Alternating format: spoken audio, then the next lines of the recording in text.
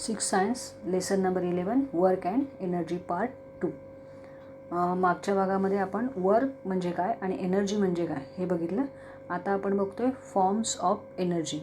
Forms म्हणजे ऊर्जेची रूपं कोणती आहेत. बघा, ए मेकॅनिकल एनर्जी. मेकॅनिकल म्हणजे यांत्रिक ऊर्जा. पेज नंबर आहे 78. Can you tell what will happen as a result of the action in the picture. आता तुम्हाला 11.5वर पिक्चर दाखवले दोन. फर्स्ट बघा, the rubber band is release after stretching it. आपण रबर ताणला आणि सोडून दिला. Second, a stone is held in the rubber of catapult. Catapult म्हणजे गलोल किंवा बेचकी. The rubber is stretch and release. गलोलीला किंवा त्या बेचकीला दगड लावून तिचे रबर ताणून सोडून दिलं. In the above examples, we see that when the rubber of a catapult is stretched and released, it comes back to the original state and the stone falls off. काय लक्षात येतं आपल्या वरील उदाहरणावरून की बेचकी जी आहे ते बेचकीचा रबर ताणून सोडून दिलं तर ते मूळच्या स्थितीमध्ये परत येते आणि दगड लांबवर जातो. Similarly, when the spring of a toy is wound and then released, the toy starts playing. त्याचप्रमाणे खेळण्याला चावी देऊन सोडून दिलं तर ते खेळणं चालायला लागतं. When water store at height is made to fall on a wheel, the wheel starts rotating. उंचावर साठवलेलं पाणी जर त्या चक्रावरती सोडलं तर चक्र फिरायला लागते. In each of these actions displacement takes place, which means that work is done. आता या प्रत्येक क्रियेमध्ये आपण काय बघितलं की डिस्प्लेसमेंट झालेली म्हणजे विस्थापन झालेले, वस्तूने आपली जागा बदललेली. याचा अर्थ काय? वर्क इज डन म्हणजे कार्य झालेलं आहे. From where the energy obtain to do this work. आता हे वर्क होण्यासाठी त्याला ऊर्जा कुठून मिळाली, एनर्जी कुठून मिळाली? The energy which is store in an object due to a specific state or position of that object is called potential energy. आता हे कार्य होण्यासाठी वस्तूच्या विशिष्ट स्थितीमुळे किंवा स्थानामुळे पदार्थात किंवा वस्तूमध्ये साठवलेली गेलेली जी ऊर्जा आहे त्या ऊर्जेला म्हणायचं स्थितीज ऊर्जा, potential energy. Let's try this. First, take 2 balls. Let one of them stand stable at the centre of a table. 2 चेंडू घ्या, त्यापैकी एक चेंडू टेबलावर मध्यभागी स्थिर ठेवा. Second, place the second ball on the table and push it so that it hits the first ball. आता दुसरा चेंडू टेबलावर ठेवून तो पहिल्या चेंडूवर आदळेल असं त्याला धक्का द्या म्हणजे पुश करा.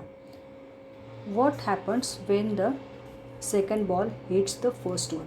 आता दुसरा चेंडू पहिल्या चेंडूवर आदळल्यानंतर काय घडेल? साहजिक आहे, पहिला चेंडू काय होईल? गतिमान होईल आणि पुढे सरकेल. आता from where the second ball get the energy to set the first ball in motion. आता दुसऱ्या चेंडूमध्ये पहिल्या चेंडूला गतिमान करण्यासाठी ऊर्जा कुठून आली? आपण त्याला ती दिली, आपण त्याला पुश केलं. नेक्स्ट बघा, can you tell in the game of marbles from where does the one marble get energy to set another marble in motion. गोट्यांच्या खेळामध्ये गोट्या आपण खेळतो त्याच्यामध्ये गोटी टोलवण्यासाठी त्या गोटीमध्ये ऊर्जा कुठून येते? तुम्ही खेळत असाल, तुमच्या लक्षात येईल की त्याला ऊर्जा आपण देतो. Second, while playing carrom from where does the striker get the energy to make the pieces move. आता कॅरम खेळताना सोंगटी गतिमान करण्यासाठी त्या स्ट्रायकरमध्ये ऊर्जा कुठून येते?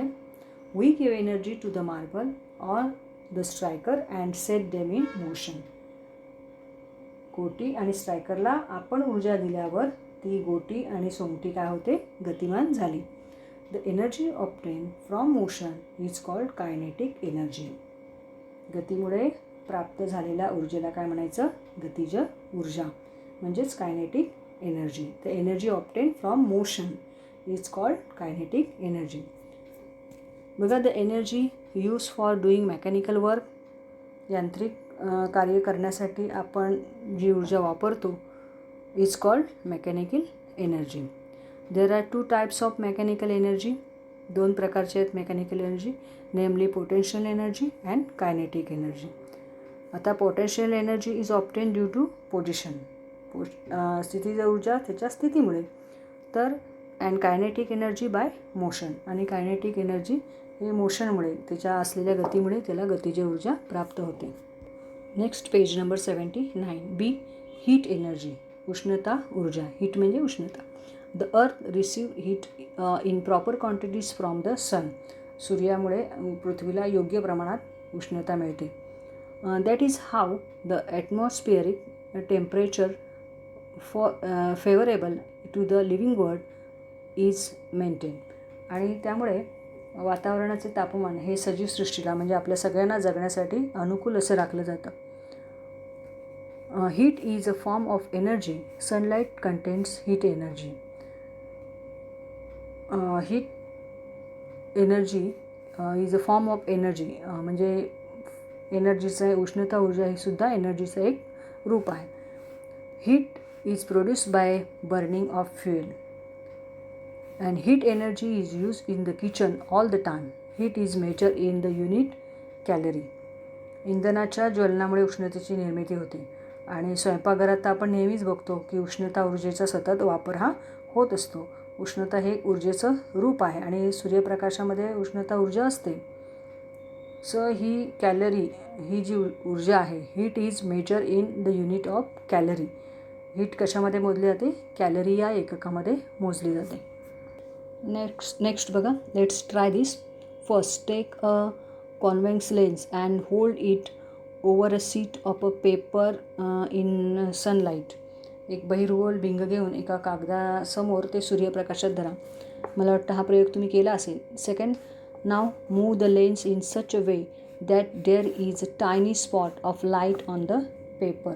आणि आता ते भिंग अशा प्रकारे मागे पुढे करा की जेणेकरून कागदावर प्रकाशाचा एक बारीकसा ठिपका दिसेल. Hold the lens in the position for a while, what happens. आणि ती जी लेन्स आहे ते भिंग त्या स्थितीमध्ये थोडा वेळ धरून ठेवा. काय दिसतं तुम्हाला? पेपर स्टार्ट्स बर्निंग, म्हणजे तो पेपर जळायला लागतो. हा प्रयोग तुम्ही करून बघितलेला असेल. It means in this way the solar energy is converted into heat energy. C बघा, light energy. We have learned that plants make their own food with the help of sunlight. सूर्यप्रकाशाच्या सहाय्याने वनस्पती आपलं अन्न तयार करतात. It means that the light energy is transform into the energy in food. ती कशामध्ये रूपांतरित होते? प्रकाश ऊर्जेचं रूपांतर अन्नातील ऊर्जेमध्ये. Plants and animals use this food for doing their work. आणि या अन्नाचा वापर वनस्पती आणि प्राणी त्यांची कामं करण्यासाठी करतात. It means that light is a form of energy. याचा अर्थ लाईट म्हणजे प्रकाशसुद्धा ऊर्जेचं एक रूप आहे. नेक्स्ट, डी, साऊंड एनर्जी, ध्वनी ऊर्जा. You might have seen that the glass panes of windows crack due to the loud noise. मोठ्या आवाजामुळे खिडक्यांच्या काचांना तडे गेलेले तुम्ही पाहिले असेल. Similarly sound is use to control the movements of some toy cars. This means that some work is done by sound. It tells that sound is a form of energy. त्याचप्रमाणे मोटारींची हालचाल नियंत्रित करण्यासाठी खेळण्यातील काही मोटारी असतात, तर त्या मोटारींची हालचाल नियंत्रित करण्यासाठी ध्वनीचा, साऊंडचा उपयोग केला जातो. आणि त्यामुळे ध्वनीमुळे सुद्धा काही कार्य होतात. याच्यावरून ते सुद्धा ऊर्जेचं एक रूप आहे. Sound is a form of energy. Next, E, chemical energy. Chemical म्हणजे रासायनिक ऊर्जा. When wood burns we get heat and light. लाकूड जळायला लागलं की आपल्याला उष्णता आणि प्रकाश दोन्ही मिळतं. Heat and light. Sometimes we hear crackling sounds as well. आणि काही वेळा जळण्याचा आवाजही होतो, म्हणजे जे लाकूड जळतं त्याच्यानंतर त्याचा आवाजही होतो. What makes this happen. आता असं का होतं? The energy store in a wood is emitted in various forms through chemical action. कारण लाकडात साठवलेली जी ऊर्जा असते ती रासायनिक क्रियेतून वेगवेगळ्या रूपामध्ये बाहेर पडते. Also it is due to the chemical action in the lead acid battery that electrical energy is produce. Lead acid बॅटरीमध्ये होणाऱ्या रासायनिक क्रियेने विद्युत ऊर्जा निर्माण होते. The energy obtain through chemical action is called chemical energy. रासायनिक क्रियेमधून मिळणारी जी ऊर्जा असते त्या ऊर्जेला म्हणायचं केमिकल एनर्जी, रासायनिक ऊर्जा. यात पुढचा जो भाग आहे ऑब्झर्व अँड डिस्कस तो आपण पुढील भागामध्ये बघू.